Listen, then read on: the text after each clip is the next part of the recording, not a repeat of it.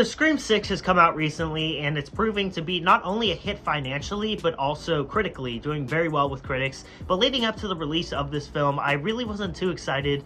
The trailers didn't really do that much for me, and while I did like last year's Scream when I first saw it in theaters, upon revisiting the film, I didn't like it quite as much. So going into this movie, I simply just wanted to have an entertaining time, and what I got is one of the best slashers that I've seen in years, and easily my favorite film of the entire Scream franchise. Now, with this movie, you have the returning characters from the previous movie. Here, they're called the Core Four, and I thought they were great. All the actors did an excellent job with their roles, and I love slasher films, or should I say series, that follow a group of characters over a specific amount of years, because you just really become attached to these characters. You want to see what's going on with them, checking in on them, and it makes their deaths even more tragic. So I love the character work involving the Core Four in this movie. I can't wait to see more of them in Scream 7. But also with this movie, you have some returning legacy characters like Gale Weathers and Kirby, and I thought those two were great in the film. Courtney Cox is pushed a lot in the marketing of this movie, but I will say she's only in like 3 scenes of the entire film.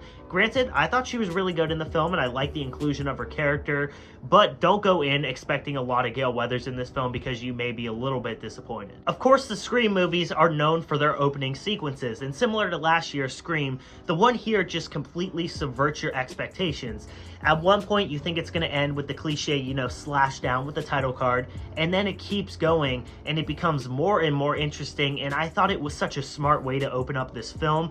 Not only because it's just very clever and really well done, but at the same time, it just subverts your expectations, and right off the bat, you're captivated as a viewer, and you know this movie is going to be different than all the others because of how, crazy this opening is and how unique it is compared to the rest in the series. I thought New York was an excellent setting for this film, especially around Halloween time, because it just has those perfect slasher vibes.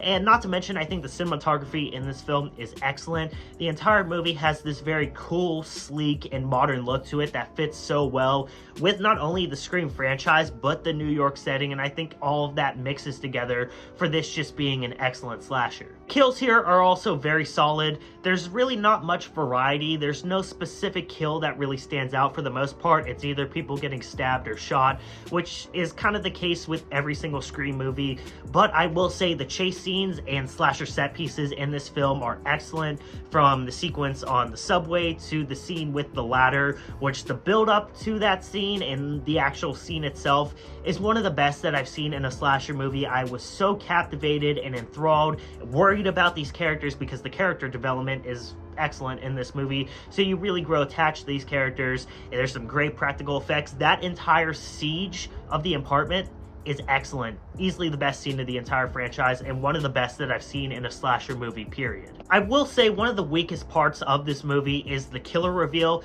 I did have one of the killers spoiled for me going into the movie, and that didn't detract from the mystery at hand. I was still captivated by what was going on, but I will say it was a little bit predictable, especially with subtle hints the characters dropped early on in the movie. I was immediately able to pinpoint what exactly was happening, and at times it can feel like a rehash of some stuff that we've seen before, but at the same time, I think it's really solid for the most part. I think the actors who played Ghostface did a really good job, especially when they go crazy and, reveal themselves.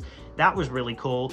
But I will say it's one of the weakest parts of the movie, but still, all in all, this is a really solid film. As I said, I'm not a huge fan of the Scream franchise, but this is easily my favorite of the entire series. I'm very excited to see what Radio Silence does with Scream 7. I'm glad to see the film is doing as well as it is. And guys, I'm going to give Scream 6 a 4.5 out of 5. If you have seen the film, definitely make sure to let me know your thoughts down below in the comments, and make sure to subscribe and drop a like if you haven't done so already. And I'll be back very soon with some brand new content. This is Chase signing off. Peace out.